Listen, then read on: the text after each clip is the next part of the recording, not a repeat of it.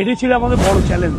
কারণ রয়েলের মোড়ে পানি, আহসানের মধ্যে পানি, শহরের পানি যেসব ড্রেন দিয়ে আসে, বাইতিপাড়ার পানি, তারপরে ওই শহরের ডাকবাংলার পানি, সব পানি এই খাল দিয়ে আসে, এই রোড দিয়ে। এইটা শেষ না করলে আমরা বাকি পানি সরাতে পারবো না। এই জন্য আমরা এটার উপরে বেশি গুরুত্ব দিই। হ্যাঁ, দ্রুত হবে, দ্রুত হবে তো অবশ্যই। কারণ আমার দ্রুত না। আসসালামু আলাইকুম।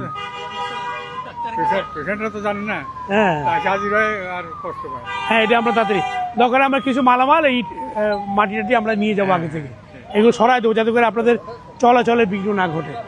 আপনি একটু কষ্ট করেন, এবং এটা আমাদের জন্য একটা বড় চ্যালেঞ্জ ছিল। এই রয়্যালের পানিটা আমরা সরাতে পারছিলাম না, এই জন্য আপনাদের নানাভাবে বলছি এটা একটু সরে যান, একটু পিছনে যান। কারণ আমরা চাই না যে ব্যবসায়ীর কারো কেউ ক্ষতিগ্রস্ত হোক। তবে আমাদের রাস্তার জায়গা কিন্তু আরও ভিতরে আছে, যেমন রোড সাইড। তারপরে আমরা বলছি যে থাক, আগে দোকানপাটগুলো তার ব্যবসা করুক, আমরা যতটুকু প্রয়োজন ততটুকু নিয়ে কাজ করব। সহায়তা করেন। মিন্টু ভাই যান। ধন্যবাদ।